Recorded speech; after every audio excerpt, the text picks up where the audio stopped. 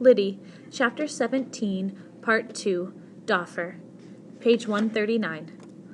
Lyddie blew out the candle. She lay listening to Rachel's even breathing and heard in her memory the sounds of the birds in the spring woods.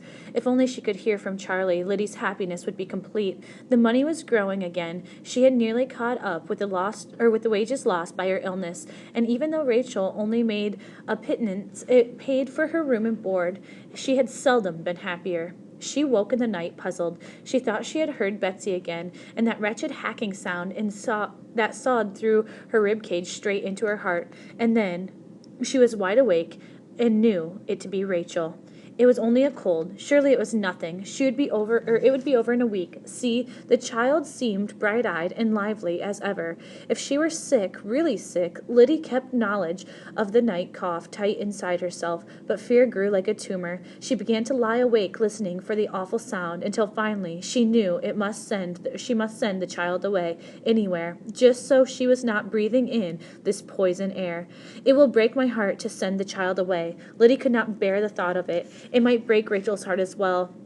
She had been sent away too often in her short life. Look, she dotes on me. Me tough and mean as I be. She clings to me more than she ever did to our mother. She needs me.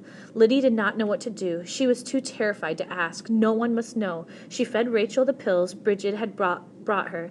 She had no faith in them, but she must try. She fixed plasters for the child's chest, trying to turn it into a game, desperate to hide in her own terror, and she was succeeding. Wasn't she? Rachel seemed happy as ever, and carefree as a kitten, caught in a spasm of coughing. She made light of it. Silly cough, she said. All the girls have them.